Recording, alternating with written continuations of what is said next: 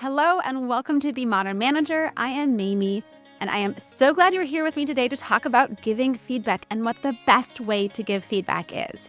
Before we get into it, don't forget to hit that subscribe button because new content comes out every single week. So most of the time when we're talking about how to give feedback, it's because it feels really hard to give it. But the reason that it feels so hard to give it is because it's hard to receive feedback. And so when we're thinking about how to give feedback, the thing that we should be focused on is how do we make this as easy as possible for the other person to receive the feedback? Because if you knew that every time you were going to go in and have a feedback conversation, the person that was going to be receiving that feedback was going to respond with, "Oh my gosh, thank you so much. I really appreciate this. This is so helpful." It wouldn't be hard to give feedback. It would just be another thing you do, right? That's how we feel about when we give praise and say thank you to someone, right? Most of the time we go and say, "Thank you, this was amazing, you did such a great job." And it feels good to give because the person receiving it is feeling good about what they're receiving and giving us those positive signals.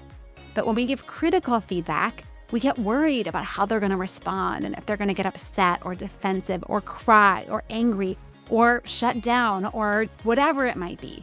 And then it makes it hard for us to give. So the way that I like to think about it is, what do I need to do to make it as easy as possible for the person that I'm speaking to who's going to get that feedback to receive it well? So there's a school of thought that says the best way to do this is by telling people and preparing them that they're going to hear some feedback. A simple request like, "Hey, is it okay if I give you some feedback on that presentation?" Or, "Hey, is now a good time to give you some feedback on that material you produced?" You're basically asking permission and giving them the heads up. Now, the issue to me is that, one, really asking their permission, because especially if you're their manager, who's actually going to say no to you? Who's going to say, "You know what, actually, I don't want some feedback, so you can keep that to yourself," right? We're not really asking them for permission. We're just signaling that the feedback is going to come. So that's kind of a false situation, and I don't like putting my team members in that kind of situation where I'm asking them a question, but there really isn't a question for them to be answering. It's really just a like, "Hey, I'm going to do this thing and I want you to know I'm going to do it." The second problem is that the word feedback itself brings up a lot of negative emotions for a lot of people. It's like an instant flaring up because we assume feedback is going to be bad, we assume it's hard, we assume it's going to be because we did something wrong. And all of that just makes our whole body just tense up and we just can't even help ourselves. And so as soon as you say, "Can I give you some feedback?" we're instantly starting that emotional process, even if we didn't intend to.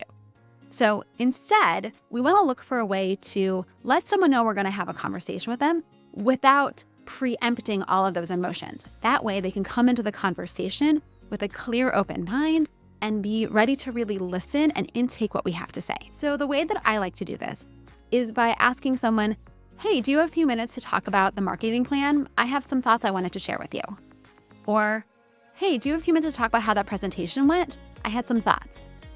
Just letting them know that you want to talk about a specific topic and that you have some thoughts that you want to share. It's not nearly as feeling as the word feedback, but it does let them know that you have some things that you want to share with them. Then when you get into the conversation, I find it really useful to use the framework of "I liked" or "I appreciated," followed by "I noticed," and ending with "I wondered." What this does is start by saying, "I liked or I appreciated something, and I want you to see that I didn't just see the bad. I want you to see that I saw something good in what you did," which is less about giving you praise and, trying to do the smack sandwich of nice, then something critical, and then something nice. And more just saying, "I want you to see that I saw more than just the critical side, more than just the things that went wrong. I also saw the things that went well." So it gets them into a good mood. It kind of gets them into an appreciative mindset because they really get to feel valued for the contributions they made. And it builds a little bit of trust in that relationship because they see that you're not just trying to tear them down. Then you get into the "I noticed." And this is where you can point out whatever piece that didn't sit well with you, whatever criticism you have or whatever critique you have, whatever feedback you have. "I noticed XYZ thing," and now it's the place where you're kind of presenting out the issue that's at hand that you wanted to give them feedback on. And then you move into the "I wonder." And here's where you're giving them the benefit of the doubt. Most of the time, people aren't trying to screw up on purpose. And so when you use the "I wonder" language, you're giving them an opportunity to say, "Oh yeah, wow, I didn't even realize that I did that," or oh my goodness, I must have been moving too fast and that's why that happened, right? You're giving them an opportunity to explain themselves without it being defensive, but also kind of offering up, I wonder about next time, might you do it like this, where you can also use that as an opportunity to help them move forward in a way that is not about critiquing the past, but getting better in the future. So let me walk you through an example. If I was just in a meeting and I wasn't the leader, and I noticed that the leader wasn't quite facilitating the way that I thought the meeting really should have been facilitated, I might grab them afterwards or follow up by email and say, hey, do you have a few minutes to talk about how that meeting went? And then when we sit down, I might start by saying, I really liked how you started the meeting by framing up the conversation. It was really helpful to get us all on the same page around what we were going to be discussing. But then once the meeting got going, I noticed that you didn't really step up to facilitate in a way that kept the meeting on track. And it felt like we started to wander a little bit and then kind of felt rushed at the end. We were trying to pull it all together.